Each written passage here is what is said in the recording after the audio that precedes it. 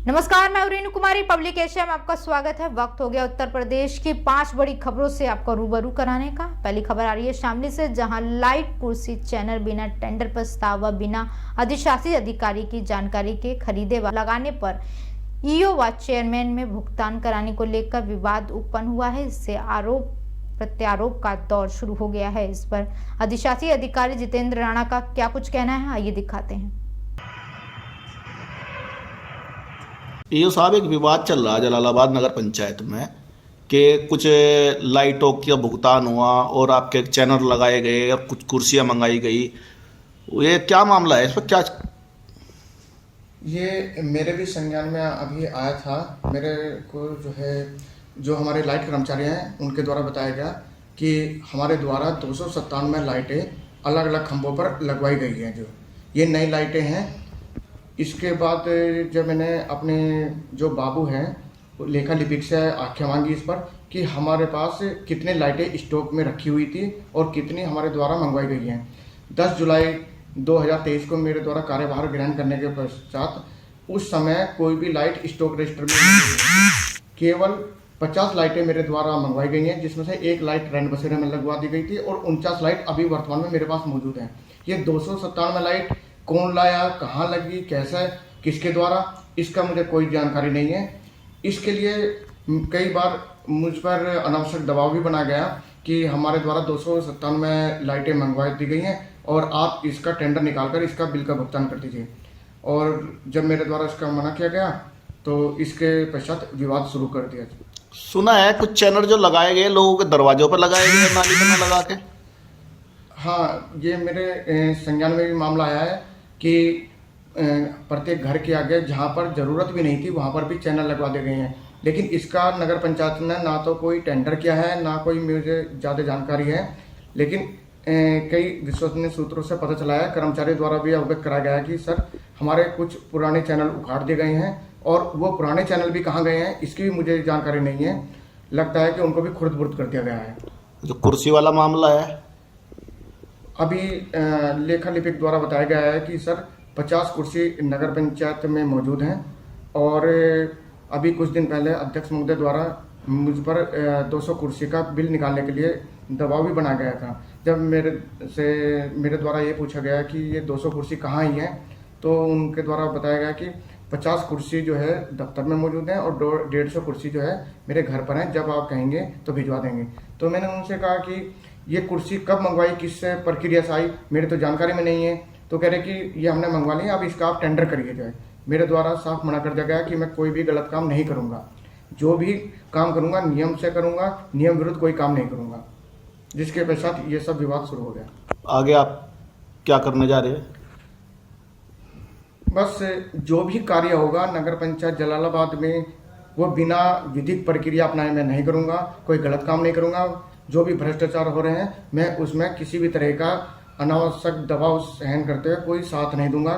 चाहे कोई कितना भी दबाव डाले, मैं कोई गलत काम नहीं करूंगा। दूसरी खबर की ओर चलते बता दें, बुलंदशहर में शासन के निर्देशानुसार सड़क सुरक्षा पखवाड़े मनाए जाने के क्रम में यातायात निरीक्षण प्रेमचंद्र शर्मा व यातायात पुलिस द्वारा शराब पीकर नशे की हालत में वाहन चलाने वालों की चेकिंग कर चालान किए गए तथा ऐसा न करने के लिए जागरूक किया गया। होटल व ढाबा मालिक को निर्देशित किया गया कि अपने ढाबा व होटल के सामने मार्ग पर कोई भी वाहन खड़ा ना होने दें, जिससे किसी प्रकार की सड़क दुर्घटना ना हो सके। शीत ऋतु में कोहरे के कारण होने वाली सड़क दुर्घटनाओं पर अंकुश लगाने के उद्देश्य से ट्रैक्टर, ट्रॉली, ट्रकों व अन्य वाहनों पर रिफ्लेक्टर ट्रैप लगाए गए हैं। तीसरी खबर की ओर चलते हुए बता दें, जनपद में अपराधों पर अंकुश लगाए जाने हेतु अपराधियों के विरुद्ध चलाए जा रहे अभियान के तहत बीती रात थाना नरसेना पुलिस द्वारा मुखबिर की सूचना पर केला मोड़ के पास एक शातिर वाहन चोर को गिरफ्तार किया गया। वहीं 2 बाल अपचारियों को पुलिस अभिरक्षा में लिया गया है। पुलिस ने कब्जे से चोरी की 3 मोटरसाइकिल व 1 चाकू बरामद किया है। अभियुक्तों की गिरफ्तारी व बरामदगी के संबंध में थाना नरसेना में आर्म्स एक्ट में मुकदमा पंजीकृत कर अग्रिम कार्यवाही की जा रही है। चौथी खबर की ओर चलते बता दें, सर्दी शुरू होते ही चोरी, छिनैती, लूट जैसे अपराध तेजी से बढ़ने लगते हैं। पुलिस कर्मियों के लिए भी रात्रि गश्त करना किसी चुनौती से कम नहीं होता है।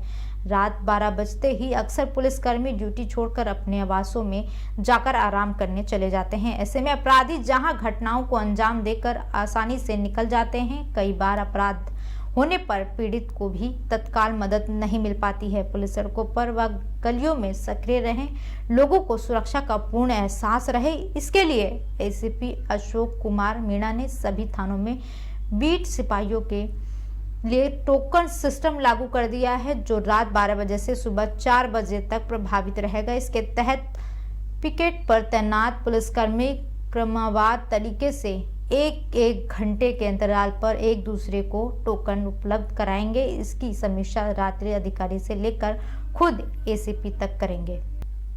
और आखिरी खबर की ओर चलते हुए बता दें, बुलंदशहर जिले में लगातार इजराइल जाने वाले श्रमिकों की संख्या बढ़ रही है।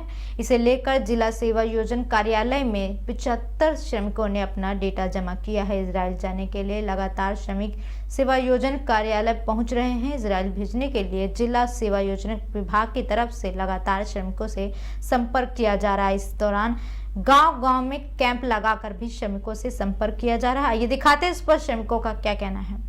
ये बताइए क्या आपका नाम है और आप क्यों इजराइल जाना चाहते हैं? सर मेरा नाम सतीश कुमार है। बेरोजगार के हिसाब से मैं जाना चाहता हूँ। यहाँ कितनी सैलरी मिल रही थी और वहाँ कितनी मिलेगी? सर मेरी सैलरी वहाँ पे, यहाँ तो मेरे को ऐसे 15,000 रुपये या 20,000 के बीच में पड़ जाते हैं। कभी 10-15 दिन छुट्टी हो जाती है।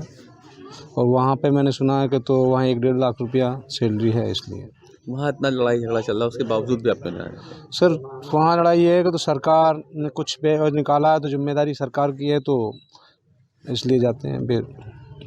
परिवार में आपने बात की तो क्या कहा? सर परिवार में मैंने बात की थी, तो बोले कि तो भाई इतनी दूर लड़ाई चल रही है, तो इसलिए मैंने की सरकार ने जो जिम्मेदारी उठाई है तो उनकी जिम्मेदारी बनती है। क्या काम करेंगे हम वहाँ, क्या करते हैं? सर वहाँ वेल्डिंग का काम करना है जी। क्या कहना चाहेंगे सर? सरकार से ये है कि तो परिवार में थोड़ी जिम्मेदारी रखे, और हमारी भी कोई वहाँ पे कोई प्रॉब्लम आए तो थोड़ी जिम्मेदारी वहाँ से भी रखे। ये बताइए क्या आपका नाम है, कहाँ के रहने वाले और क्यों आप इजराइल जाना चाहते हैं? मेरा नाम कुलदीप कुमार है। मैं अच्छे खुर्द का रहने वाला हूँ और इजराइल में मैंने ड्राइवरी पे अपना अप्लाई करा है और यहाँ से ज़्यादा सैलरी है। वहाँ सरकार की निगरानी में जा रहे हैं, सरकार भेज रही है और सरकार भी चाहती है कि यहाँ से जो बेरोजगार रोज़गार हो। सरकार ने बहुत रोज़गार निकाल रखे पर लेकिन यहाँ सैलरी नहीं है इतनी जितनी वहाँ सैलरी है।